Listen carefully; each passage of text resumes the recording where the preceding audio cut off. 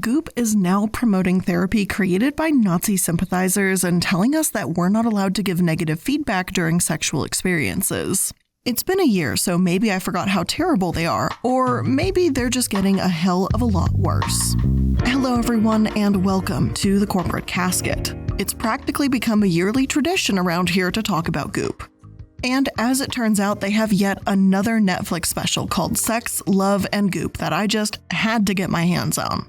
Now, obviously, this entire series is about, well, sex, so things might get a bit uncomfy here for some of you. Please note that when discussing Episode 5, anti-Semitism, homophobia, and incest will be mentioned, so feel free to skip over that portion if that's too upsetting for you. As people generally don't talk about sex all that openly, if Gwyneth is spreading misinformation about a topic that is already known for its misconceptions, we should all be aware of that. And on that note, as I personally am not a relationship expert, I am going to reference scientific journals, therapists, and articles throughout this episode written by people who have more expertise in this field of study than I do. So this is by no means purely reactionary, even if it's a bit more opinionated. For those of you who need a bit of a refresher, Goop is a pseudoscience nonsense company led by Gwyneth Paltrow. They seem ridiculous and harmless, selling candles that smell like vaginas apparently and psychic vampire repellent. And yes, as for the candle vagina thing, I know that she doesn't actually think it smells like her vagina. It was just kind of a pun and she went with it, but let me keep having that joke, please. Yet some of their health claims have been lawsuit-worthy, deceptive, and even led to death. One woman passed away after following their bee sting acupuncture treatment, and the doctors they promote literally advocate against the AIDS movement, for example. So today, we're going to pick apart the claims made in this brand new Netflix special, see what's harmful, shady, and just maybe, if anything's accurate. Let's get into it.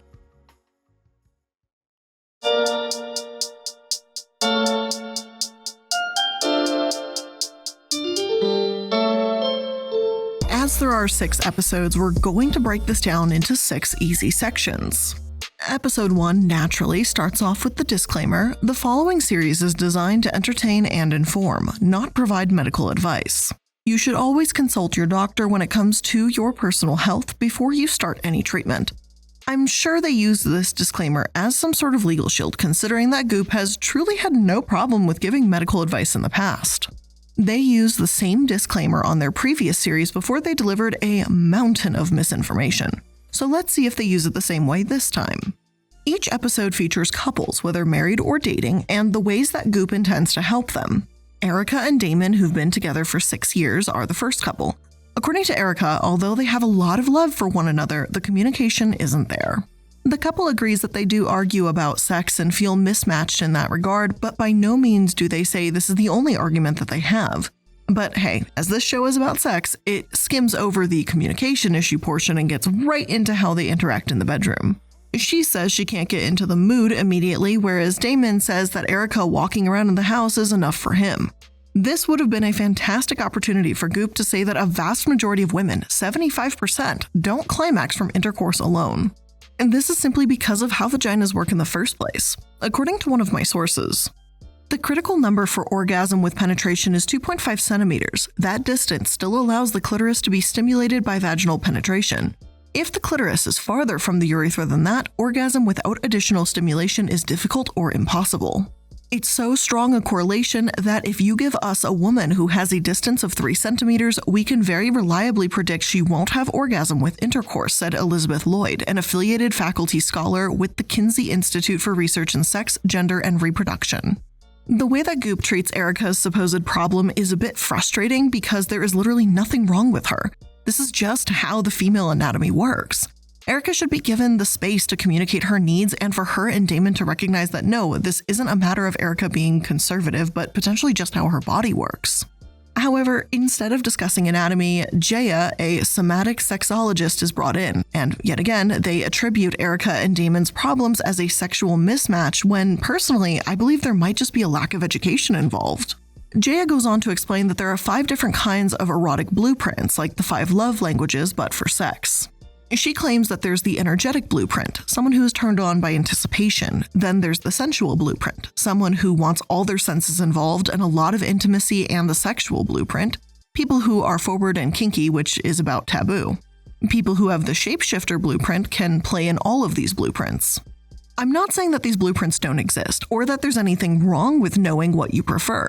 It just seems a bit disappointing that for the first 15 minutes, nothing about the potential anatomical reasons are even mentioned. Erica and Damon are just described as a mismatch and given tools to try energy play. During this play, Damon admits that he really isn't getting anything out of it, and at the end of the episode says that he's not all that kinky, so he's nervous to trade places and be the one on the table having the tools used on him. These tools are really just for sensation and touch. Though I'm glad to see Jaya tell Erica she's not broken, it doesn't feel as if that's really like the heart of the problem was being addressed here, the reasons as to why this supposed mismatch may exist in the first place. And when I looked at previous interviews Jaya has done in the past, I seem to have the same recurring issue with her. Just putting people into 5 boxes instead of advocating for open and honest communication or addressing the root causes and anatomical reasons behind a so-called mismatch. Still, this is only episode 1, so we will see. The show also diverts its attention to Felicitas and Rama, a couple who have been together for well over a decade and have 2 children together. Both of them agree that because their lives revolve around the children and their careers, their environment doesn't cultivate intimacy, as they put it. Felicitas and Rama are sent to a different expert, Michaela Boehm, who Goop calls the go-to expert for couples struggling to reignite their sexual spark. She asks them a few questions about one another, has them compliment each other, touch one another, and things of that nature. I don't actually see anything overtly harmful here, though Boehm has Felicitas name her anger or the attitude she has on a bad day the general, and she has Ramas name his negative or desperate to please attitude the king. I did do a bit of research into this because I was a little bit confused about the ideology behind it and thought I might find some supportive research when I stumbled across an article from Psychology Today called "To Manage Your Anger, Give It a Name." However, as the article explains, it doesn't mean a literal name, but rather just breaking down what kind of anger you're feeling, whether that's aggravation, bitterness, frustration, fury, grumpiness, restfulness. I think you get the idea. I have also seen the concept of therapists having children personify their anger and give it a name, so that way it's not an abstract idea, like literally personifying it. However, I haven't seen much information about doing this as an adult, nor do I see Michaela claim to be a therapist in the first place. On her personal site, Michaela does claim to have clinical experience in trauma and addiction, and she even advertises that she's a coach for celebrities like Will Smith. Yet her credentials and background seemed just lackluster, to be honest. For example, she said in the past that couples cheat and divorce because they don't explore their fantasies more often. Even though she doesn't advocate for acting on those desires, instead telling her clients to picture it and better understand why they may feel that way to begin with, to make a broad blanket statement about the cause of all cheating seems like it could be easily used to excuse cheating or victim blame those who experience it. So on to chapter 2. What I found sort of laughably ironic about this episode is that in the beginning, Gwyneth and the other experts all around her all advocate for openness, communication, and honesty. Gwyneth says that she feels that, especially in Hollywood, people put on a fake look and say they're happily married when at times nothing could be further from the truth. And I do agree with her, communication is important. Yet not 3 minutes later, Felicitas is trying to explain that she doesn't like when Ramos is trying so hard to please her that he comes across as overeager. Michaela tells her, "You don't have to say that, your body says it. You don't exactly have a poker face." So, which is it? Are we advocating for communication here or not? Because since episode 1, which was just 1 episode ago, I haven't seen any real talking, just touching and teasing. Overall, the actual conversation that's taken place was a very brief one when this couple complimented each other. There may be more happening behind the scenes, but it just seems odd or hypocritical that Goop advocates for communication, fails to show it, then in the next scene goes on to discourage it. When Michaela is with Gwyneth and the couples, she states that one thing she is a stickler for is no negative feedback in the moment. In other words, during sex, you should not give negative feedback to your partner because their body will remember it, and sex is supposed to be a place where they feel open. And this, quite frankly, is absolute bullshit. If you're not enjoying yourself, if you're in pain, if you feel a desire to stop, you are allowed to say that. I don't need to be a relationship expert to know that that is garbage advice from this woman. You can give negative feedback without being cruel or crushing someone's self-esteem, but sometimes you may need to say, "I don't like this. This is hurting. I would like to stop," whatever the case may be. Teaching women, or anyone for that matter, to shut their mouths during an intimate moment to spare someone's feelings is disgusting. Sex is about consistent consent, and someone has a right to say no, even once it's begun. I'm not saying that Michaela believes otherwise, but her language of no negative feedback until it's over sets a dangerous precedent, in my opinion. Plenty of sex therapists believe feedback is about connection and communication. If Michaela is an expert for couples counseling, I would rather remain a novice. Although I'm sure it sounds obvious, studies show that communication during sex is very important. Communicating both likes and dislikes is important. So it's just frustrating that a show that condones being super open and discussing facts just shuts down the latter half of that fact.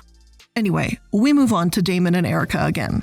This time, Damon is lying down on the table while Erica runs her hands up and down his body, giving him an energy orgasm. If I had to describe what they're doing, it's like a cross between Reiki and a massage with very light touches. Jayla then tells Damon that he has had sex by energetic blueprint standards, and he is, in her words, an energetic blueprint with sexual undertones. Damon is moved and he seems to enjoy himself, which, hey, I have no issue with that, like you do you. But again, to put someone into a box like this leaves a bad taste in my mouth. While it's good he enjoyed this experience, what if this doesn't meet his needs in the long term? What if he doesn't want to do it again in the future?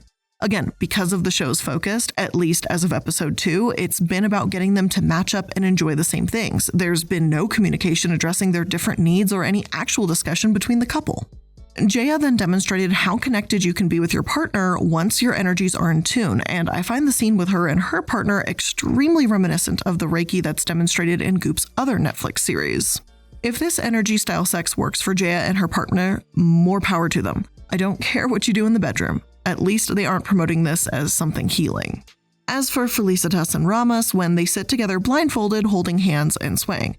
Again, these exercises are really difficult to describe, and while I'm sure there's some validity to them, there's little to no open dialogue between the two.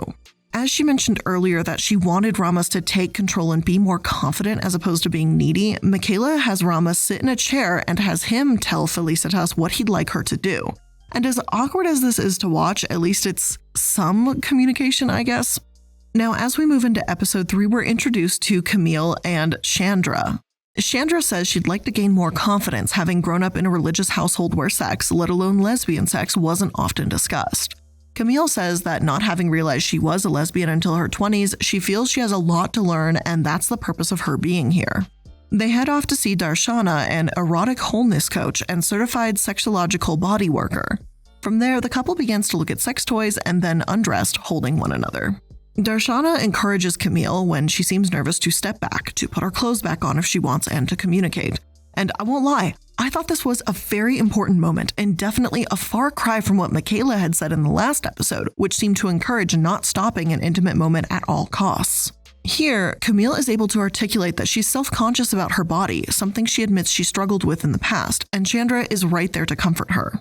Joey and Mike, an older couple, are also featured within this episode. Joey is a woman, by the way, and I know that's traditionally a male's name, so I just want to let you all know for any confusion that might be there. Mike is 66 and Joey is 62, and they've been together for about 12 years. Their intimacy coach is Amina, the founder of the Atlanta Institute of Tantra and Divine Sexuality.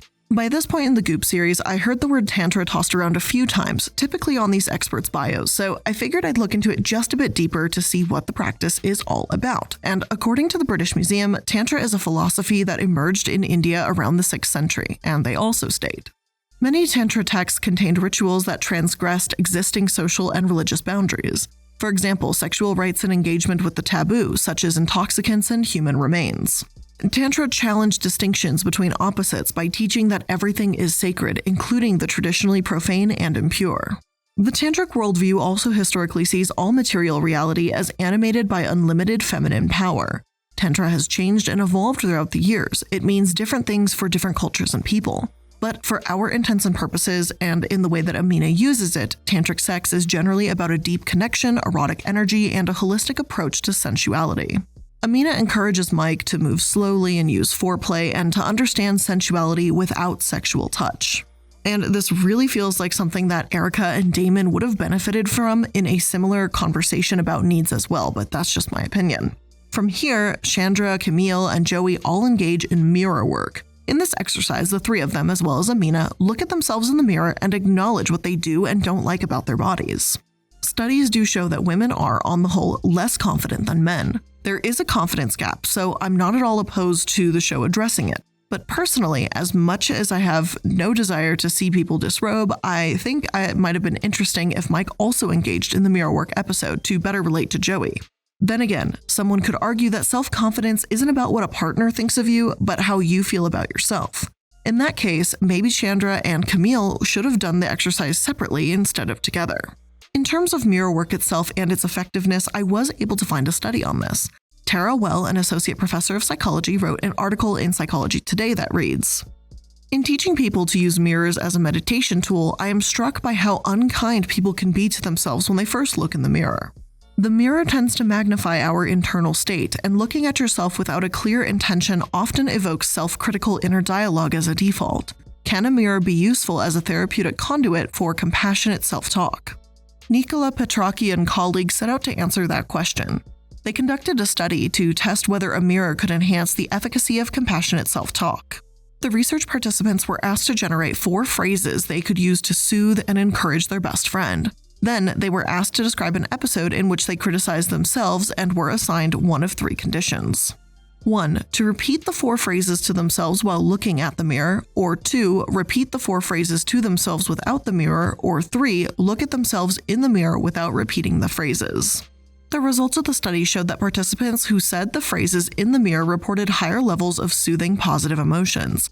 They also had more heart rate variability, HRV, compared to participants in the other 2 conditions.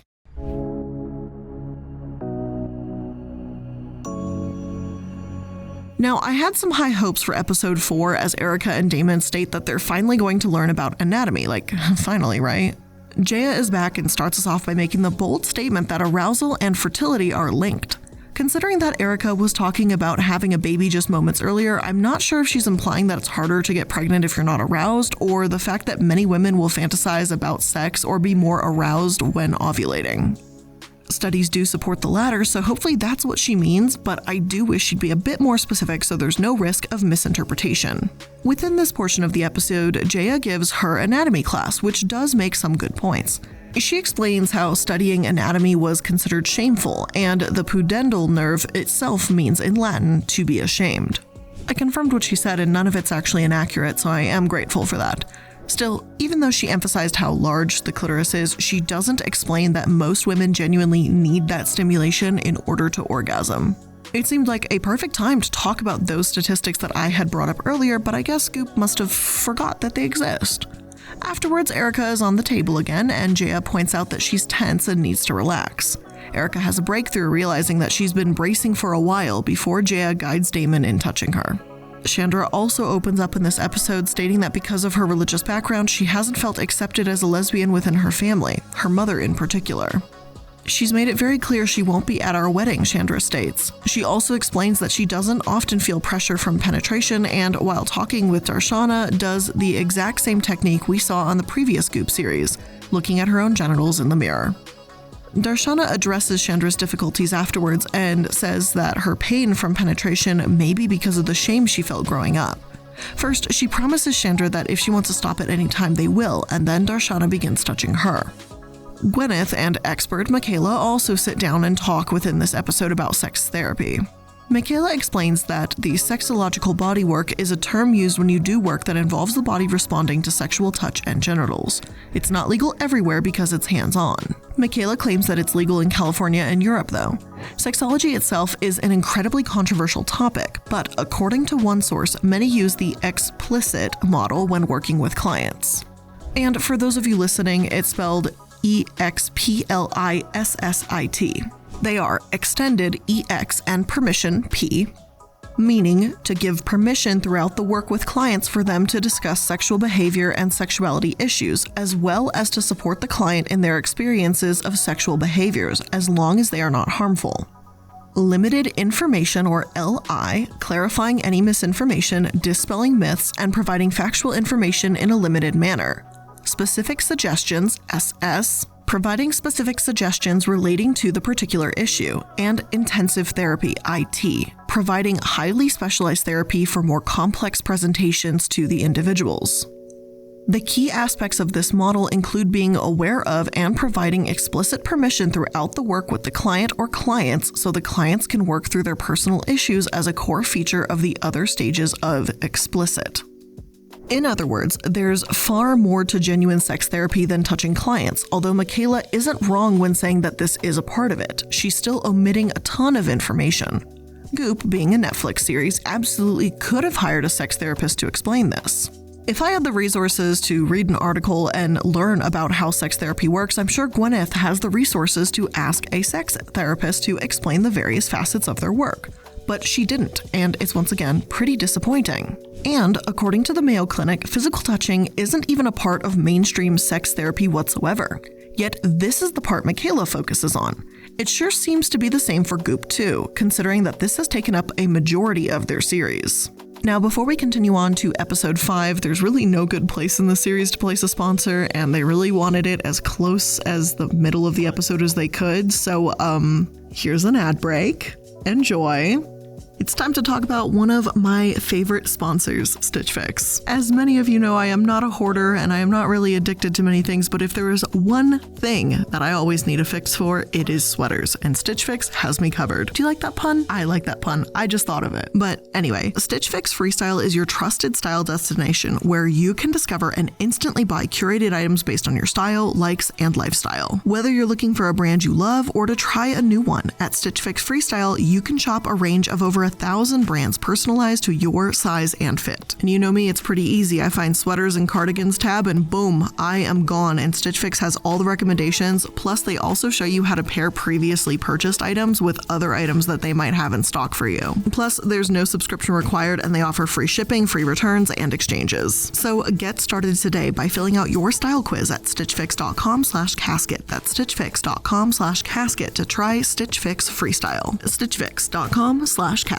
Now, a lot of us are still working from home, and a lot of us need to collaborate with multiple people throughout our day to get our job done or just literally interact and enjoy our lives. I know I have a lot of fun projects that I work on outside of just work, and I like to have everything super organized, neat, and tidy. And Notion gives your team one central and customizable workspace that can be tailored to fit any team and bring your teams together so you can move faster. Simply put, Notion is an all-in-one team collaboration tool that combines note-taking, document sharing, wikis, project management, and so much more into one space that's simple, powerful, and beautifully designed. Find out how Notion may be the missing piece your team needs to grow, get more done, and delight everyone who uses it in the process. Learn more and get started for free at notion.so. You can check it out on your own and invite as many people as you want to see how it works. Take the first step towards an organized, happy team today. Again, at notion.so.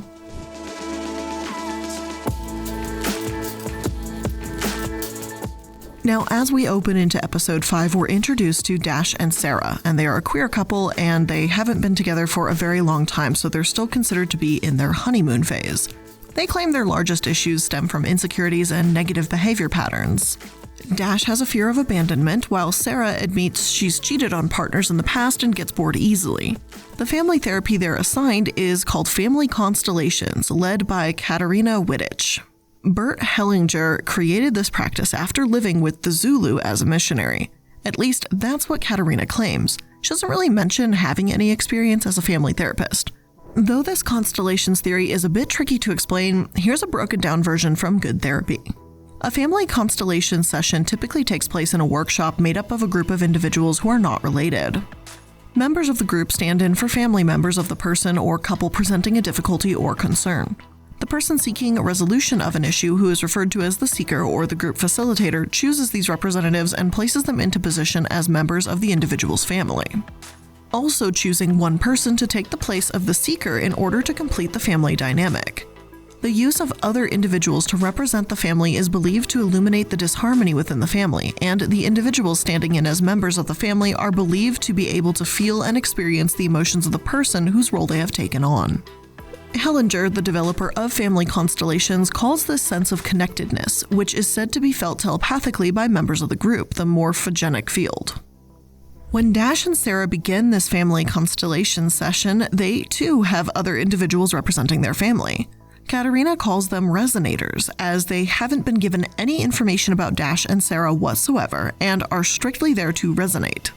Now, I'll be honest, this is kind of one of the more confusing episodes that came out of Goop for me. This was a difficult concept for me to understand, but considering what Hellinger's peers have said about it and him, I'm not sure I really want to fully understand. One counseling psychologist explained in the Daily Maverick that Hellinger's work was developed to help the second generation of post-war Germany. Hellinger, as a German and counselor, worked with a lot of descendants of perpetrators, Nazis. This family constellation therapy was his way of telling his clients that they don't have individual responsibility. That much might be true, but Hellinger took this to some pretty disturbing territory, like claiming that Hitler was just part of a much bigger systemic movement, seemingly shifting blame from the real-life Hitler, and making misogynist, anti-Semitic, and homophobic statements at a 2007 lecture in Norway. Hellinger apparently dedicated a poem to Hitler in which he wrote, quote, "Hitler was no better or worse than any man," end quote. I was able to find one source with the entire poem, so for the sake of context, I'm going to read part of it now. Hitler, I look upon you as a human being, just like me, with a father, with a mother, and a definite destiny. Are you therefore superior to me, or are you inferior? Are you better than me, or worse than me? If you are superior, then so am I. If you are inferior, then so am I. If you are better than me or worse, then I am that too. The ultimate cause of your rise and fall is no different from mine. I honor it in you as I honor it in myself, and I surrender to everything it has created in you, and to everything it has created in me, as well as to all it has created in every other human being. Was Hitler a human? I mean, yeah. But this poem is just, well, I don't think I can really put the words to it, but it's not right. It's just uncomfy. Somehow, though, it does get worse. Multiple sources even state that Hellinger also condones incest, and that if someone wants to stop the act of incest, it should be done so without any accusations. He tells a story about an incest victim who became suicidal when their perpetrator was prosecuted as an example for his reasoning, and implies that a daughter commonly takes the place of a mother who is sexually withdrawn. So yeah, you'll just have to forgive me if I think that Hellinger's therapy just might have been formed to tell Nazi descendants, hey, Hitler wasn't that bad, like you're good, vibe on. That's just not a therapy I'd like to follow. Oh, and also that fathers should have sex with their daughters, but okay. It seems like Goop has neglected to mention this little quirky trait, though. Plus, Dash knows very little about their grandmother and family, so while all these resonators just act out the parts of the family, there's no way to actually confirm its accuracy. Sarah also did this family constellation exercise, and it seemed to work for her as well as Dash, but I doubt the show would feature a couple where these techniques didn't work either. Frankly, knowing what I know about the history of this therapy, I played this episode at top speed so I could get it out of my head.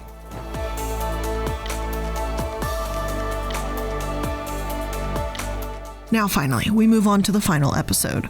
Damon and Erica explored body paint and played hide-and-seek with blindfolds while Chandra and Camille learned about communication.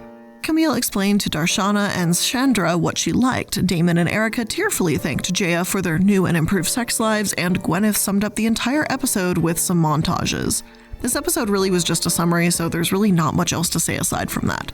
So just as episode 6 completed the series, I'll complete my review on this particular Goop Netflix episode special shenanigans here.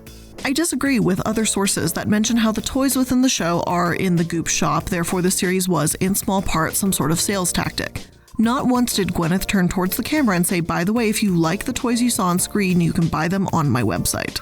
Other sources, like one article from the Washington Post, call this a career pivot that might finally be worth rooting for, and it reads, "There's certainly something bracing about the series' normalization of sex therapists and intimacy coaches, even if it occasionally irks that the show will still acknowledge carnality only within the confines of committed relationships. Kudos to the couples for being brave enough to candidly discuss their erotic discontent, and the sometimes hands-on treatment thereof, in front of cameras. Partly shot at Goop headquarters, the production boasts a minimalist, soft-lit chic with an attractive, well-dressed cast that hardly challenges the kinds of people we're used to seeing on screen. But Paltrow's language of innovation and intervention ultimately ended up giving me some pause, as if sexual optimization always requires third-party observers, who presumably come with all kinds of price tags we associate with Goop. A later episode dedicated to an experimental form of group therapy called family constellations that involves acting out intergenerational dynamics underscores how unevenly the series sometimes explains the concepts at hand. And yet, despite all its faults, Sex, Love, and Goop might be the most meaningful project Paltrow's put her name on in years. Sorry, Vagina Candle. The Guardian takes a similar stance and says that it is probably the most valuable thing Goop has ever done. And I agree with these reviews in part. Between that comment from Michaela in episode 2 and the entire premise of episode 5, plus the fact that I feel like the words communication is important were said far more than displayed, I don't feel that Sex, Love, and Goop is a good educational tool. It may very well be the best thing they've done, but considering some of the things their doctors have spewed, see previous episodes, is that really a compliment? The bar is set pretty low after all. One of the coaches during the series, Jaya, mentioned in episode 6 that her clients sometimes take a while, even a year, to get to a point where they're comfortable with one another in the way that Erica and Damon were at the end. So does that mean that the average person will need to spend hundreds or thousands upon thousands of dollars for these coaches' services? Goop seems to portray sexual discontentment as a quick fix, seeing as all their couples were only there for a few days and then perfectly pleased, smiling, and all better afterwards. No one showed that a lot of effort and work would be required when they got home. Audience reviews as of writing this have been pretty terrible. Right now they have a 3 out of 10 star review on IMDb. And that was at least written the last time I checked the IMDb. It certainly may have changed between when I wrote this and now. But I am pretty certain that more reviews and criticisms will follow. But with all of that being said, that's where I'm going to end today's episode about apparently the yearly review on Goop. So I hope you maybe didn't learn something new, but I hope maybe you got a chuckle or something. I don't really know what you got out of this one, but thanks for being here till the end. I think that's the point, because God help you if you made it here. I appreciate you hanging out with me today, spending some time to hear the absurdity of Goop once again doing their goopy thing. So thanks so much for being here, and I'll see you in the next one. Bye.